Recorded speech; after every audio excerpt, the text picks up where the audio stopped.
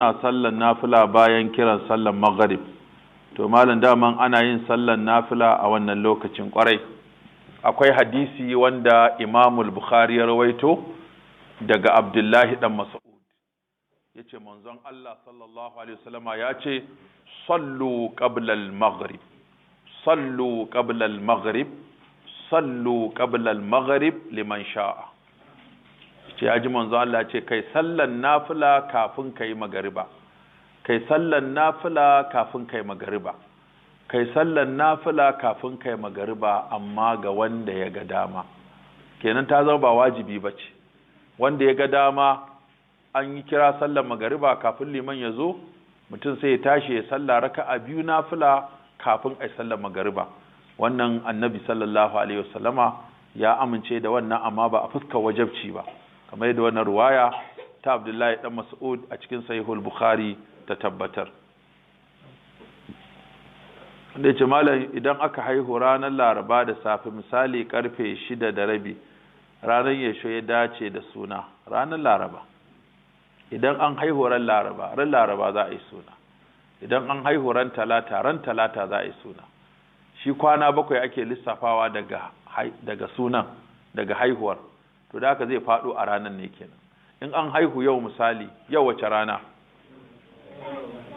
Yau Lahadi, sai aka haihu Lahadi. To kagan aka ce ai ba yau za a ce ɗaya ba ko, tun da yau aka haihuwar. Gobe ne za a ce ɗaya. Ba za a haihu yau kuma a ce yau ɗaya ba. Sai sadaka sai a ce me? Litinin ɗaya, Talata, Laraba, Alhamis, Juma'a, Asabar, Lahadi. Kun ga 7 shine zai faɗo Lahadi. To shine. Kuma kun san lissafin kwana mu yana tashi ne daga ketowa alfijir. Na bature shine yake fara daga 12 da sakan daya. In sakan ya kyat ya haura 12, to gari ya waya wajen bature. Gobe ta yi. Mu kuwa sai alfijir ya keto an yi sallar asuba, to ita ce ake fara lissafin yau da ita. Wanda yace menene ma'anar wannan sunan Naila? Na'ila ko Naila. To Naila ban san ma'anar Naila ba. Da dai Na'ila ne na san mai kyauta. Akwai kuma Laila. Ta wancan satin ne ko? Ta wannan amsa ta. Babila tana cikin Iraki. Bi Babila Haruta wa Marut. Waɗannan mutane wasu ƙabila ne, su za a zo kansu.